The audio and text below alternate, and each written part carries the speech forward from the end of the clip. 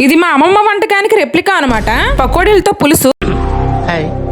Amoeba షేపుల్లో ఉన్న బజ్జీలు లాంటి పకోడీలు ఇవి. ఎందుకంటే మా అమ్మమ్మ నాకు తినడం నేర్పించింది కానీ ఇది ఎలా చేయాలో చెప్పలేదు. అంటే నీకు పకోడీలు చేయడం కూడా రాదా అని అనొద్దు, ఎందుకంటే నాకు వచ్చు. వీడియో తీస్తున్నాను కదా, సిగ్గుతో పొంగిపోయి మొగ్గలేసినట్టున్నాయి. నేనంతా నాకు ఫుల్ హెడ్ఏక్. ఈ తలనొప్పి వల్ల చాలా క్రేవింగ్స్ వచ్చాయి. తలనొప్పితో కూడా క్రేవింగ్స్ వస్తాయా అంటే నాకు వస్తాయి. ఒంట్లో బాగాలేదని వండుకొని తినడం మానేస్తామా చెప్పండి. నాకు ఎవరో చేతబడి చేసినట్టు ఉన్నారు. 24 గంటలు ఫేస్బుక్, ఇన్స్టా, యూట్యూబ్ తప్పించి ఇంకో యాప్ వైపు నా వేలు వెళ్ళట్లేదు. ఇంగని సౌండ్ వస్తే చాలు ఫోన్ దగ్గరికి ఏకన్నా ఫాస్ట్ గా వాలిపోతున్నాను. ఇంట్లో పనులు అవ్వట్లేదు, ఒంట్లో బాగోట్లేదు. నాకేమైనా మెంటలో ఏమో తెలియట్లేదు.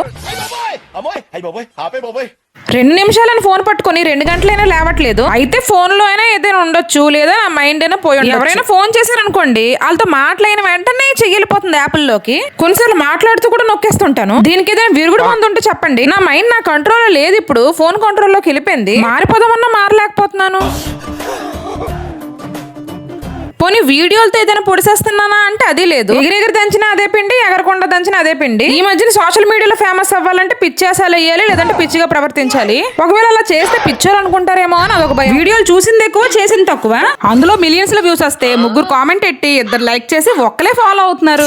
ఏం చేస్తాం, అదృష్టం ఆవగింజ ఎంత ఉంటే దరిద్రం దెబ్బకాయ ఎంత ఉంది. ఇంక పులుసు విషయానికి వస్తే పుల్లగా భలే ఉంది. స్వర్గంలో ఉన్న మా అమ్మమ్మని తలుచుకొని గుడ్లు బదులు పకోడీలు వేసాను అంతే, మిగతాదంతా సేమ్ టు సేమ్.